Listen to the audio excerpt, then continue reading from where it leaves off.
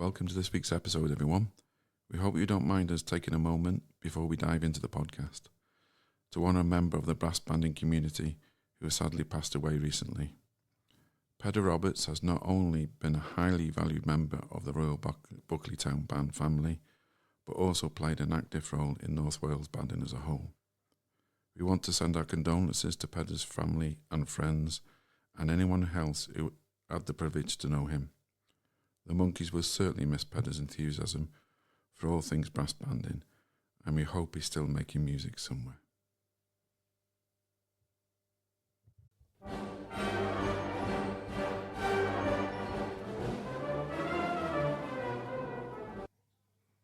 Hey guys, how you doing? Very well, thank you. Yes, thank you. Good. All good? Yeah. Yep. Well, folks, it's a quick one tonight. We're just carrying on from our last podcast, which is a couple of weeks ago now, and it's part 2 with the continuation of the interview with Colin Sneade and Doug Hayter. So I hope you enjoy. Right, here we are again. Doug, we're joined again by our renowned guests, Mr. Colin Sneade and Douglas Hayter, for part 2. Wonderful. I can't wait, to be honest with you, because I thought part 1 was outstanding. Well, it was all right, but you kept talking about trombones, so... It's good to be back. Me and Cole left out in the cold. Natural. So long since we've seen you. Yeah, it is. It's at least a couple of band practices, isn't it? Hey. So, I mean, tonight we're going to focus on brass banding. And obviously we've talked about, your careers, and we touched a bit on Cole's, but I'm sure we'll dip over into it, into the brass banding world. So for me, I mean, I'm a bit biased, but I am so pleased you're in our band, and doing such a great job, even though Mr. Hayter's on a trombone, but he sounds pretty all right. But I mean, it's made such a difference. And I think, a lot of the band players would say that as well. That's not just me saying that. We're enjoying it. Yeah, it's good. I enjoy it. And that's the key thing, isn't it? Is to enjoy it, isn't it? Because it is hard work at times, isn't it? When you're trying to get here after a hard day. It's a good bunch of people to be with. It is. That's good. That's good. Okay. To be honest, I think, when a band receives 2 players, really, that have got your experience, it just elevates the standard of playing, and it makes everybody else around the stand enjoy it more, and it also makes them up the game a bit, doesn't it, I think? Oh, definitely, yeah. I would say. I want to take you 2 back to your first contest with us. Oh, right. Aeronauts. I remember it well, yeah, the Aeronauts. Yeah. So I know a certain Mr. Sneade was a bit upset when the results came in, because I thought didn't you feel we played it? We played it better than from what I heard. Where did we come? Was it 3rd? 7th. So, that was the 7th one. Yeah. Dear, yes. Yeah, that was it was the first Welsh area one, wasn't it? Yeah. I was quite shocked. From what I'd heard, perhaps it was my ears. They were not as good as I hoped they'd be, but I thought we played much better than the 7th position. Yeah, I think we all came off the stage and felt we played it. I thought it was a good performance. Yeah. And that's the joy of brass banding contests, I think, or not the joy, so to speak. Yeah. I think we did warn you about this, didn't we, before you stepped on the stage? You could play, you could be the best band on the stage in the day, and you don't come anywhere. And then it's frustrating but rewarding at the same time. If that makes any sense, I don't know. Yeah, I think probably I'd be more. I don't know. Not upset. That's not the word. Disappointed with the Pilgrim's Progress year, because I thought we played really well. Was that was at the area as well, wasn't it? Yeah, and we were 8th in that, I think. Yeah. Both strange results, and it is unusual to come off the stage and have that feeling that in general you always get a few slips. Yeah. I think with any test piece, because it is just that one chance on the day.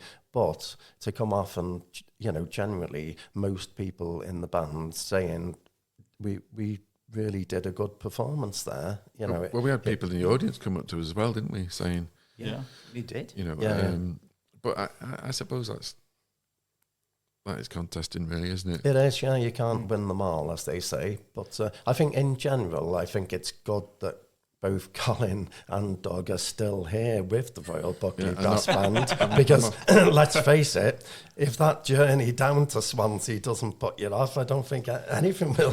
It's getting all political now. It's getting all political. I do like to mention that, because I've always felt, it's very unfair that the North Walian bands always have to travel down there, and I just think it's fundamentally wrong, But we are working on it as monkeys, aren't we? Yeah. To try and actually put some pressure on and try and make it a bit fairer. But what about your experience of it then, Doug H? So having never done contesting bands before, it's interesting. All my playing has been for the joy of music. Yeah. I play several instruments just because I enjoy music. I enjoy playing with other musicians, and the whole work up to the contest. Yeah, some bits of it are boring. Keep doing the same bits over, but actually to hear the band get better and to hear people listening to each other and the great sound we make at the end of it. I think we won whether we come first or last. I think the fact that we've played together and we've played music that felt good to us. Yeah, that's good. That's a good point. Yeah, it's a good way to look at it, isn't it? And was it Kath's first contest as well? No, she did. The Pilgrim's Progress was the first one. Right. Okay. She joined after that. Yeah. After that. I couldn't remember. I mean, ages ago now. I've slept since then. Really? But I mean, the idea of, I mean, some people love contests, don't they? And some people don't. And some people go to pieces at contests, and some people don't. And it's like, I don't know. I mean, it's been in mine and Doug's blood since the beginning of banding, really. And we've always known it, haven't we, Doug? We have, really. Just, I think the first one that I can remember was playing in a nice Stedford, with the school band, and again, it is a form of contesting, and then obviously with the Flint band, the junior band, we used to enter a few competitions, and it gets into the blood in the end, I think, and you can't stay away from it. I do feel like what you said though, Doug, it's a hard slog, isn't it? I was going to say, I suppose perhaps it's because that's where I come into contesting from, is just from that we're making good music together. That actually, for me, I don't find there to be much pressure on a contest, because I'm not there to win. I'm there to just play the good music that I can with my friends, like I would normally. Yeah, that's a good way to look at it. To be honest, definitely. Yeah. Do you feel the same? Well, I funnily enough, with the aeronauts, I enjoyed the rehearsals up to it, because it was making me sort of focus more, and which is what I needed to do, to really focus on the music. And the same with the Pilgrim's Progress, that was a bit harder, but it meant you could focus. But it was, I loved it when we were taking it to pieces like that. Yeah, chance to improve our playing. Yes, we work together during the practice so we play our best, which means it gives you things to work at, so your own playing improves. But then, like I say, then the contest, or whether it's a contest or a concert, to me, that's the same thing. I just want to play my best then with everybody else, whether... the pressure. It certainly does. I think it certainly does raise the standard of playing in contests. I remember many years ago playing with Norfolk Band, and I got it. I got it in my mind, really, that every piece that came on the stand, every piece of music, which after all that's what it is, I used to say to myself, well, if it's got an accent on it or a dot on the note, and, everything must be done. It's not just good enough to just play the notes. And so all of a sudden, that contest mindset, if you like, you're using for every piece you play. And of course, that can only improve your playing, really. I mean, it's that, using a cliche word, the devil's in the detail, isn't it? Yeah. Yeah. And music you've got to play the music. Yeah, it's a language. It's a language, isn't it? Yeah. Yeah. If you learn the notes well enough, then you can enjoy it as a piece of music. Once you've learned to play it, then you can start listening to each other, and that's what makes music. And it's about listening to each other as a band. We need to play. I think going back to my childhood, some of my favourite playing was the records I used to listen to was of the Philip Jones Brass Ensemble. Oh, wow! Just because being a small ensemble, you hear every individual part, but they all slot together. Yeah. And I think that's what I like, is music that slots together, that we start listening to each other. As much as, it's important to have a conductor in the middle, if we use our ears, then the conductor's job suddenly becomes easier because we're listening to what each other's doing and we're playing the same style, in various ways. James Shepherd Versatile Brass for me. Oh yes, their record as well. Yes. Yeah. For me, because I used to go on. Well, I was fortunate enough to go on holiday there quite a few times to visit an uncle and an aunt. It was Canadian brass. Canadian brass ensemble. Yes, definitely. And these days, obviously Monozzle brass. Oh, phenomenal. It's just. And that's about, again, entertainment. Some of their playing, if you play in the tone of what they play sometimes, if you played that in the middle of a brass band, you think, that sounds horrible. But actually, because it's the style of the music, that's what it needs to be. And they play that style together in context, So, at the moment, we're doing 20,000 Leagues Under the Sea. Context and style. It's about how we play it. Yeah. And, it's very cleverly written, isn't it? I think it is. Looking at, I'm enjoying it. When we first got it out, I thought, oh, God, I'm not sure about this. But the more and more I get into it and listen to the sounds that a band's making, I'm quite enjoying it, I must say. Yeah. Jen's the same. Jen thought, I'm not going to enjoy this, but she's now enjoying it. Yeah. And I think I'm hoping we're going to do a good show of it, and I'm sure we've definitely got the band to do it, I'm sure. Yeah. But it's just actually getting those points together, isn't it? Yeah, there's certainly some fun parts within that piece, isn't there? Some fun parts to play. So I suppose leading on from that, what you just said about just playing music, Doug, I don't suppose you mind whether it's contest or concerts? No, I don't mind either. Like say, from a younger age, my school was very much, it was a comprehensive school. They built a new music block, and it was all about music. So we had steel drums there, we had sitars, we had guitars, we had everything. And you were given a chance as a musician to play everything. So I've learnt so many different instruments. And it's, like I say, it's not, I enjoy playing bass trombone. It's my best, and I really enjoy that. But actually, if I'm playing another instrument, if I'm playing it with someone else, it's just different. Different sounds. I find that, at the church where we play, I end up having to play keyboard. I'm not a keyboard player, but at times I'm there on my own, and I just sort of think, if there's one other musician just to play with, it's a totally different feeling. Yeah. And it's that blending together, isn't it? Yeah. Yeah. What about you, Col? Contests or concerts or both, or? I must admit, I edge towards the contests. Really? Yeah. So you got the bug. It's the fact that it's a challenge for me. Yeah. So for me to focus and improve my technique even more and try to keep going what's gradually disappearing. And it for me, I really enjoy it. And when you play through the piece and then you do the work on it, then you play through it again, you say, oh yeah, I can hear the difference. And I think it's fair to say this piece has got some interesting bit for. Oh, it has. For basses, hasn't it? Yeah. The opening. Yeah, the opening's really. That's going to test a lot of hands. It's so quiet one moment, and then all hell breaks loose. Yeah. And then you've got to make sure that you don't basically overdo it. I find anyway on my solo trombone part, you've got to be careful that you don't overdo it, because suddenly you're back down to a quiet level with long sustained notes, and you've got to really concentrate on keeping that in tune. So it's there's a lot of control in this. There is.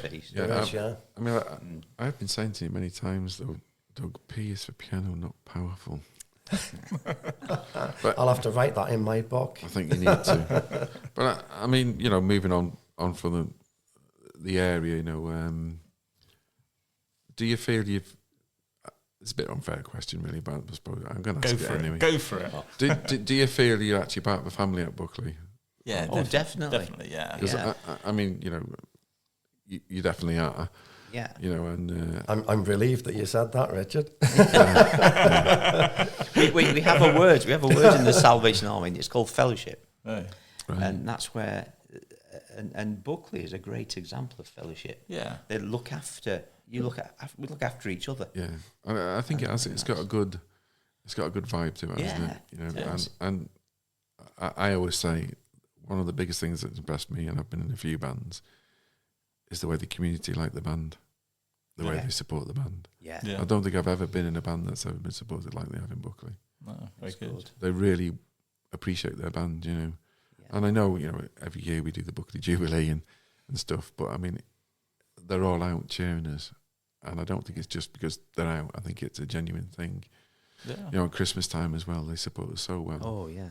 And I think concert-wise, it's always wonderful to have a big audience there, and you can tell that they really do appreciate listening to the band, And I suppose that's coming back to banding generally, it's a community thing, isn't it?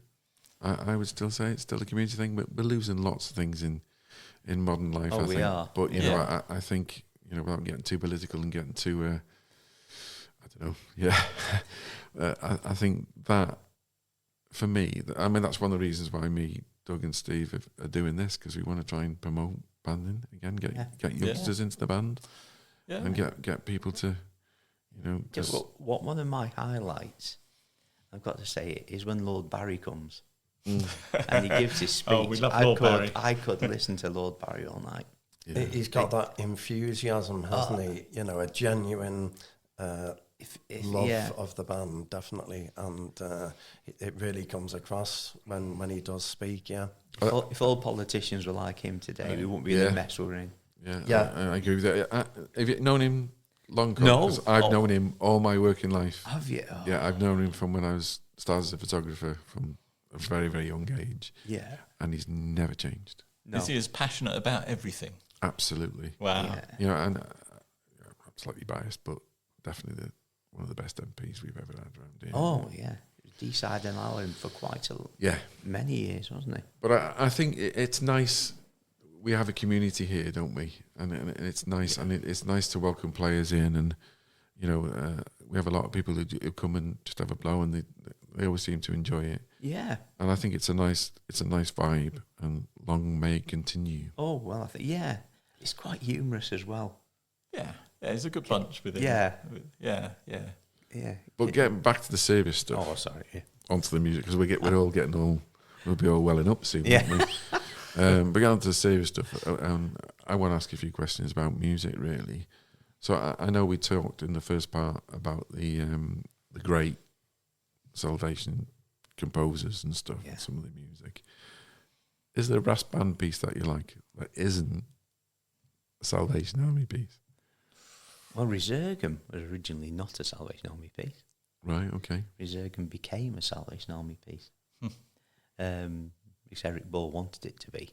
Because it's got a great deal of spiritual message within Resurgam, which if you explained it, you would play it so much better. Mm-hmm. So Resurgam, I'm thinking of the other. I'm trying to think about this is Journey into Freedom. All right, okay. That's a cracking piece. I like the Pilgrim's Progress. Yeah. Right. I was so. What about you, Mr. H? Well, going back to again my childhood, listening to CDs and things. I always used to love. I suppose once I went on to bass trombone, Black Type playing Oberon. Oberon. Okay. Some gorgeous bass trombone sounds during that, and it's just sort of like, that was my aim. I don't think I've heard that. Oberon, great overture. Not that I know that I've heard it. I might have heard it subconsciously. Yeah, there's Liszt's Hungarian Rhapsody, played by yes, Black Dyke. Again, yes. I think that was on the same CD that I had, or probably on the same cassette tape in those days. Yes. I remember cassette Played tapes, it in my car all the way, going everywhere. So, what about something that we've played in Buckley that you like that isn't a Salvation Army piece? Oh, that's putting you on the spot, isn't it? no, there's I've enjoyed lots. Valero. Really enjoy Bolero. Bolero. Yeah, enjoy Bolero. Yeah, that's pretty good, isn't it? And that arranged with the lighter shade of pale. Oh, you like that, do you? Oh yeah. I can remember we played it at some garden fete somewhere, and Steve couldn't make it, and we got Alice Newbold to come and play. Oh, right, okay. And when she played that solo bit, I had to stop playing. Really? It was just, what a fantastic sound! Mm. I was stunned. I just sat back in my chair and thought, what on earth is that? Mm. And that was just fun, yeah. So there's all lots of little pieces we play. Yeah, I like the Welsh hymn. Oh, yeah. That's beautiful, that, yeah. We did a good job of that on the Eisteddfod, but unfortunately I can't find a recording of it. Some of the other pieces, Frolic for Trombones, it's readily available. There goes it. But Hit the mute button. I'm not surprised they kept that bit. oh, maybe The mute button. that's it, Doug. They just kept the best selection. Yeah, so anything for you? Nothing particularly. I like. So for me, I'm more of a. I enjoy composing music, so I like the cleverness of the arrangements and just different parts out of pieces. I like just sort of way the composers knitted bits together and that sort of. Yeah, because I mean, a lot of test pieces, modern test pieces, are bits and pieces from other things, aren't they? And you think, oh, I've heard that before. Where have I heard that? Yeah, it seems familiar at times, doesn't it? But yeah, it's interesting. You know, I mean, some of the modern music's good, isn't it? There's a piece. I don't think we've played it here. I think it's Gareth Wood. 5 Blooms in a Welsh Garden, I think it's called. And that's really good. Is it? Yeah, it's interesting. It's not easy to play, but you know, it's an interesting piece. I'm not sure if we played it here. I don't think we have. But I think, you know, I mean, going on to, I suppose we talked about some of your favourite composers. We're going to get onto Doug's question about basically, conductors. yeah, again, the pair of you, really, I'll put this to, but in the Salvation Army bands, you know, or the traditional brass bands, have you ever had a conductor that you thought, now, he is easy to follow? Yeah. You can just see from his guidance, if you like, every beat. They just walk into that band room, and the level of playing goes up 10 notches because they're just, you know they're right. Yeah. So they give you that much confidence as a player that your playing just lifts. Yeah, I was going to say, for me, certainly, I have to say Steve Cobb.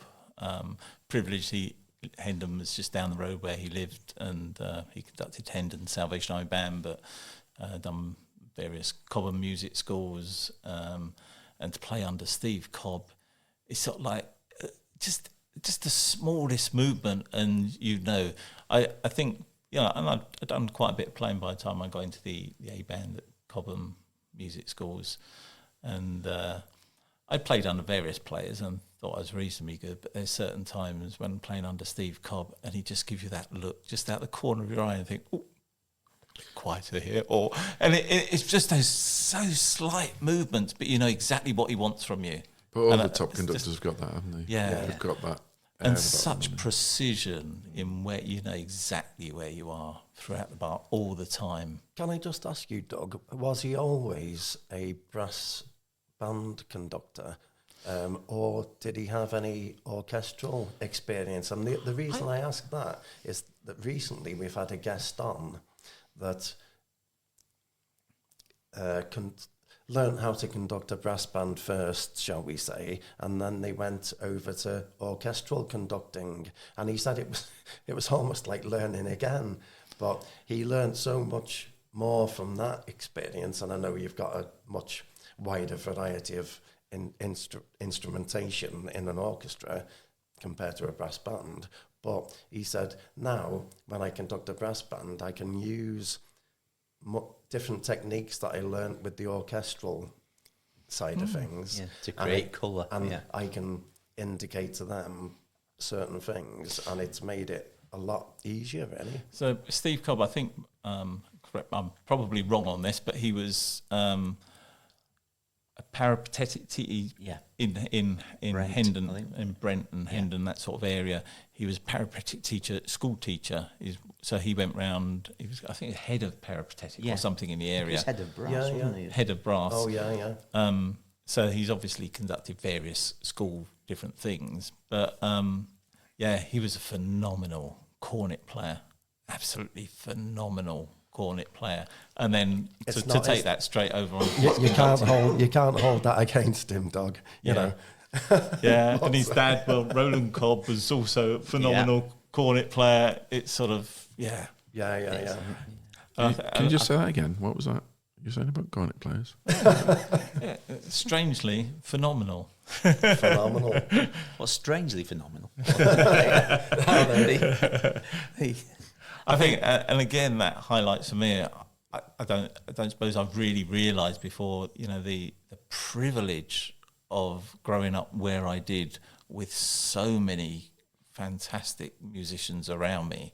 Yeah, that was such a privilege, and that's obviously what's brought me to where I am now in my playing. You know, without that inspiration, it's rubbed off, hasn't it? And, you know, you learn, don't you, with any new conductor, you can always pick up something. And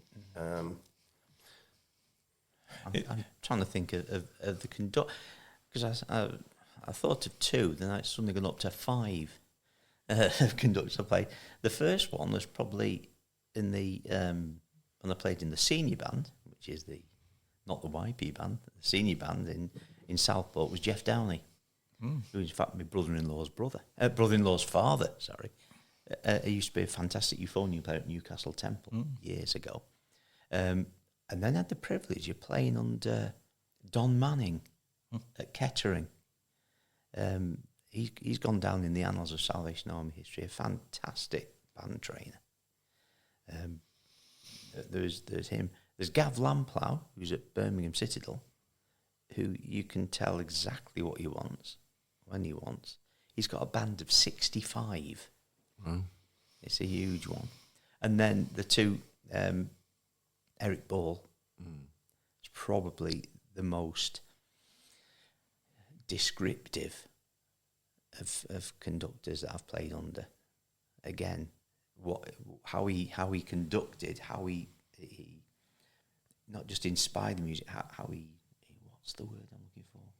Got everyone involved, I suppose. Yeah, it's interpreted. Yeah. How he interpreted his own pieces that he was conducting was fantastic. And Leslie Condon, who I think if this band played something like Call of the Righteous, that would be a good piece to play. If you've never heard of that. No, it's obviously a Salvation Army piece. It is. Starts off with the cornet. All the cornets. All the cornets on their own, in unison. Really? Yeah. Oh, wow. Doing a sort of quite a get tricky fanfare. Let's see if we can. It's probably in the library already. I wouldn't be surprised if it's already in the library. It's probably in our library, isn't it? I mean, Doug was talking about, obviously before we were talking about the conductor, he was talking about Russell Gray. Oh, yeah. Who we had on the podcast. And it was really interesting what he was saying about when he went over to orchestral conducting. Yeah. And, I mean, Russell Gray is one of my cornet heroes, you know, fantastic player. And it's interesting that what he was saying about it, like Doug said, how he found it so different, but it's actually informed the way he conducts now. Yeah, and it conducts brass bands as well. So I suppose between us, I mean, you know, I've been under some interesting conductors, you know, played under some interesting conductors at the time, and we've all done it, I think. But I think the hardest conductor to follow is often an orchestral conductor, just because we're wavy and flouncy. It's very much sort of like, where's your beat? It is. Yeah. But it's funny because I helped out with Wrexham Orchestra a while ago, and the fact is, you know, I'm already good at counting bars anyway. But he was very, very wavy all over the place. Yeah. Thinking, what's he doing? But it is interesting. I was going to ask you, Col, about you playing in orchestras and stuff. And what do you prefer, orchestras or bands? That's a difficult. At one time, would have been orchestras because it's a different animal.